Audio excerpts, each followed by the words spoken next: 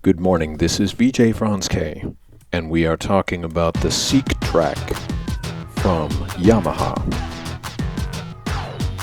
Turn down my mic here. I was just recording a jam session for Easter, and I've been using this thing for about a year now, and so I have an opinion on it. I've figured out my own workarounds for it. I have my own criticisms of it as well as praise to offer it, and I've been playing it a lot, and I've found that it is good for coming up with new music, so this is going to be a quick video. I'll do a detailed video later. But anyway, what are some of my greatest hints for dealing with the SEQ TRAK? Well, this is my first example of dealing with the SEQ TRAK, a workaround. See, on the SEQ TRAK we have the mute and solo buttons are on the side of the unit. They're on the side. And that seems like a clever design, but in actual practice it is terrible. It's so hard to use these side buttons. Just, you wouldn't think it would be, but it is. So there's various workarounds. Instead of using the mute button or the solo, what I can do here is, notice I have the kick on the third layer of the pattern. So my main layer of the pattern can be 1. My secondary layer of the pattern could be 2. This pattern only is mainly in layer 1. And that is another thing about the SEQ TRAK, is you learn to think in these multiple layers here. So there is my kick and snare. It's very easy to think this is the snare, but this is the all button. And you're saying, why do I have this gaffer tape over this area? Well, that is because this is the erase button. It is so easy to hit the erase button when you're reaching for the mute button or the solo. It's ridiculous. So that is why I've covered it up, even though I can still use it while it's covered with tape, but I know that I'm using it when I'm going to use it instead of accidentally erasing part of my pattern. So then here is the clap.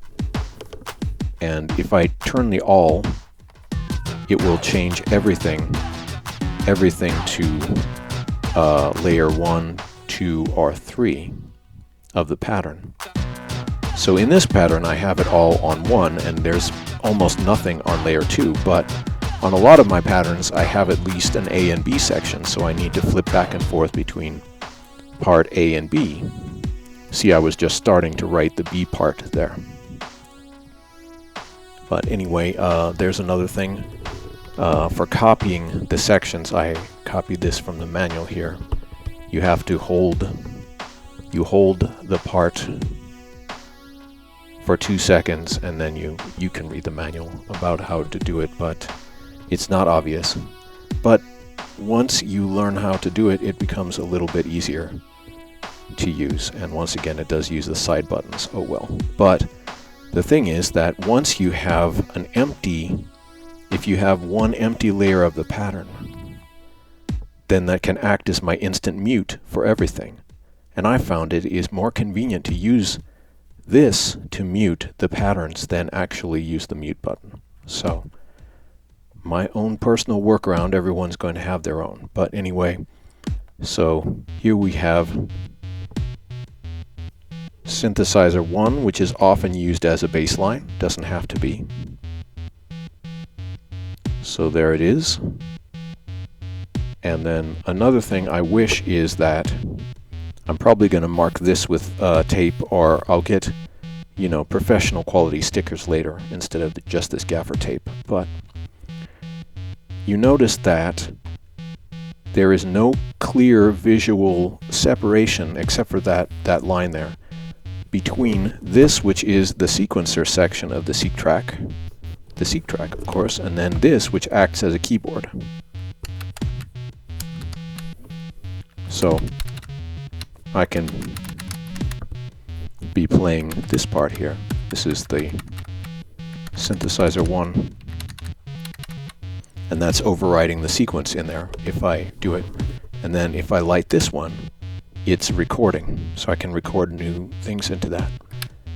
but it's very easy to accidentally hit that record because you're making a pattern here and your hand goes over the edge of that part, and it's so anyway. So then turn on synth number 2.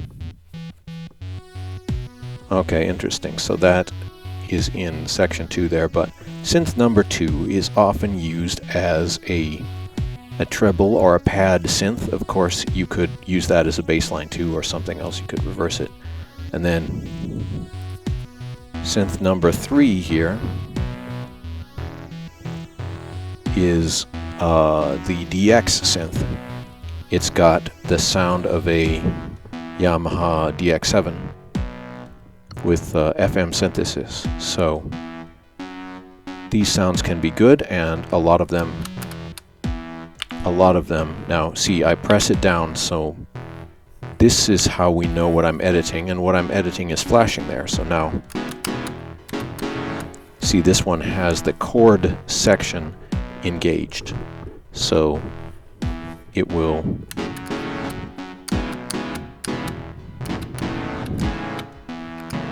play chords instead of just single notes. And that is good if you remember to set the scale and set the octave. So anyway, and the key.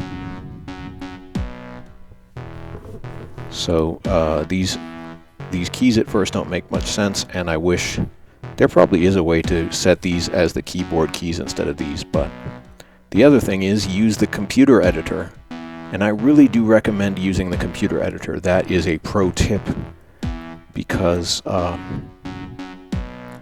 you get to understand the way that all of these things are laid out, the organization, shall we say, of the projects.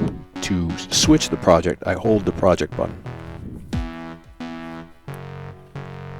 Yes, this is my special synthesizer rack that I'm working on, and I'm going to make a new laser cut one very soon. But hold the project button, and then I can select one of these other projects to move to.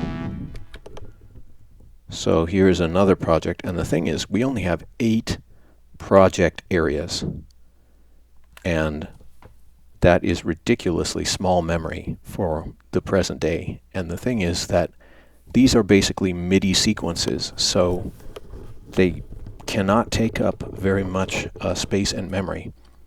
There should be not 8 project sections in here. There should be 80 project sections. There should be 800 project sections, you know? There's no reason to have such a small number of projects in this device, because that means that you have to always back them up to your computer and then bring them back depending on what songs you want to play at your show. I think this was a sequence that I was recently working on. Oh yes, this is the ancient temple. So here I have things in all the sectors, so I would have to mute them out. But anyway, so the projects are the, listen to those sounds ring out for a very long time. The project is the basis of everything, and each project contains either 3 layers of sequences, or it can contain 6 layers of sequences if you want to get very complicated, and that is cool. And so you could put in 6 variations of the same track, which is what I would usually do. And the other thing is, if you wanted to get really complicated, you could put in 6 completely different melodies into those tracks. So you could make yourself a live set in a single project on this, but that would be restrictive because you can't change. In a project, there's only one set of instruments, and so it would be a bit monotonous. You'd be using the same instruments and drums throughout the whole set. And maybe I'm eccentric, but I like different drums and instruments on every single track. That's part of the expression of what makes each track unique. And I wouldn't want to build a set with the same instruments used throughout. So let's see, what else can I say? Oh yes, there is an audio line in here, which is cool. I don't have this in one engaged right now, but I will. You can have the audio in going through, that's cool. But you cannot have a special effect assigned to your audio in, which I would rather do. I'm always running my vocal echo, as you might know.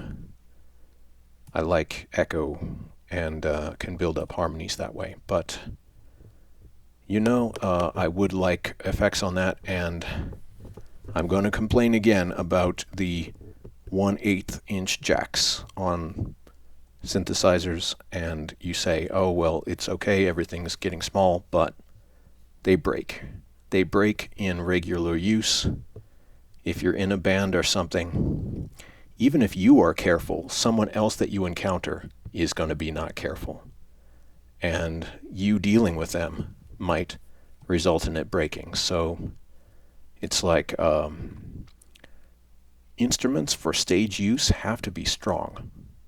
And that is one of the reasons why I build my synthesizer racks, to try and augment, in a way, even armor these fragile yet very expensive devices that we like to play for electronic music.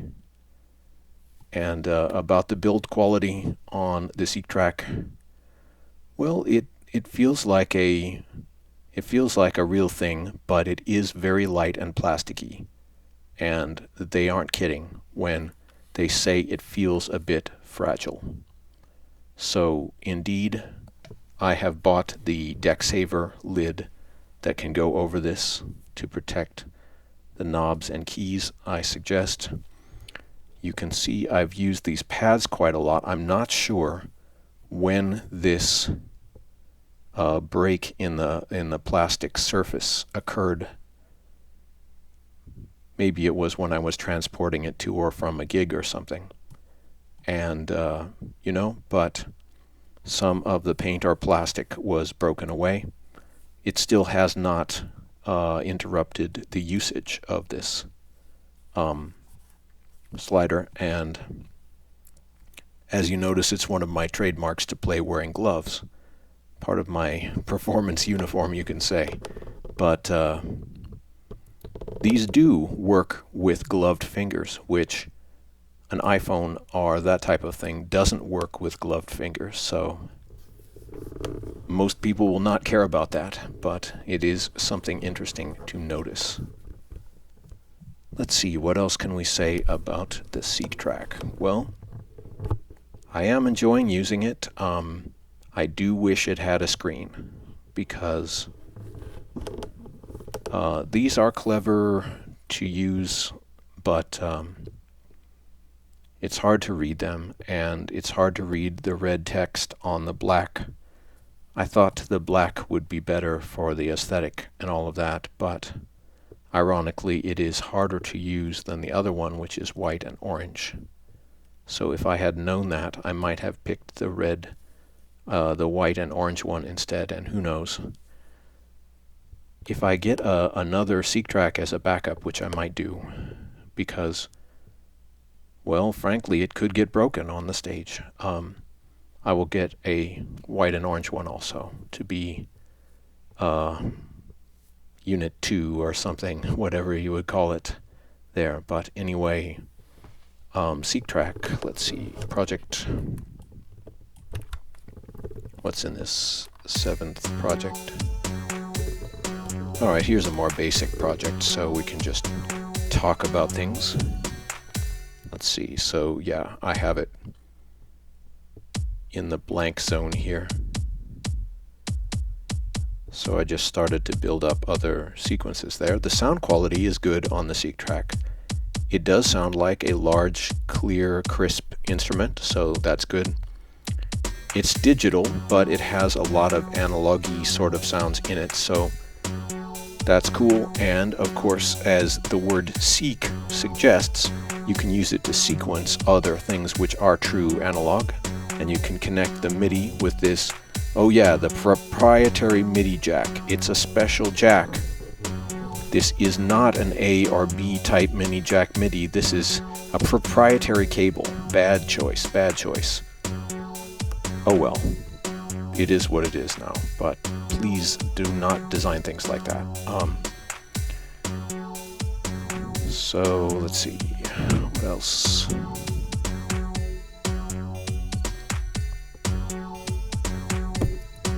I really like the repeater. That's really cool. I wish that it had a note repeat on the actual input. And people say, oh, well, isn't the repeater a note repeat? Well, no, it's not. It's a DJ effects looper. It's repeating the audio after the sequence instead of before the sequence. And I don't know, there's a difference. Eventually, let's hope people like my music enough that they will care and actually listen to me about these differences, because the device, it's great if it has this repeating features before and after the sequence as well. Let's see, what else do I have to say about this? Alright, so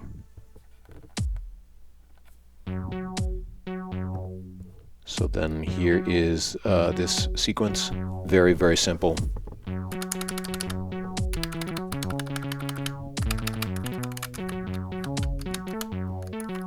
These keys, unfortunately, the way they're built, you can't run your fingers over them in waterfall fashion because you might catch the edge of a key and break it. That would be bad. So just play carefully, even though there is a kind of clicky fun feel to it. It's almost like the Electron keys. They do feel like kind of a computer keyboard key structure. But anyway, so there is Synth on the pads. There are some nice pads. It's a good sample bank. There's a lot of useful sounds in there. Definitely, you can make all kinds of tracks. And there's some absurd sounds in there. Random vocal bits and stuff. A lot of them on this thing, which is the phrase sampler. Tweeting birds. Zapping synthesizers. People saying words and stuff, but that's handy. Of course, you can record new samples into it or download them using USB-C. Anyway, if you have any comments or questions about the SEQ TRAK, ask me. I'm proud to say I basically understand how it works now. So now the question is just to write great hit tracks with it, right? But you know, when I bought it and I used it for a couple of weeks and I thought about returning it. I did. But the thing that made me not return it was that I had fun with some of my band collaborators, just playing with it, jamming out, and I noticed that whenever I started playing it, I came up with something that